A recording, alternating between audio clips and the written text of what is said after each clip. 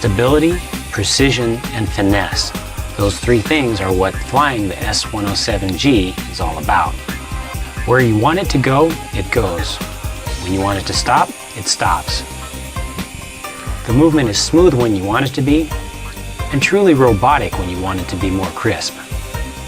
Even landing and taking off from an uneven surface, something that's not perfectly flat and not perfectly hard, is no sweat at all.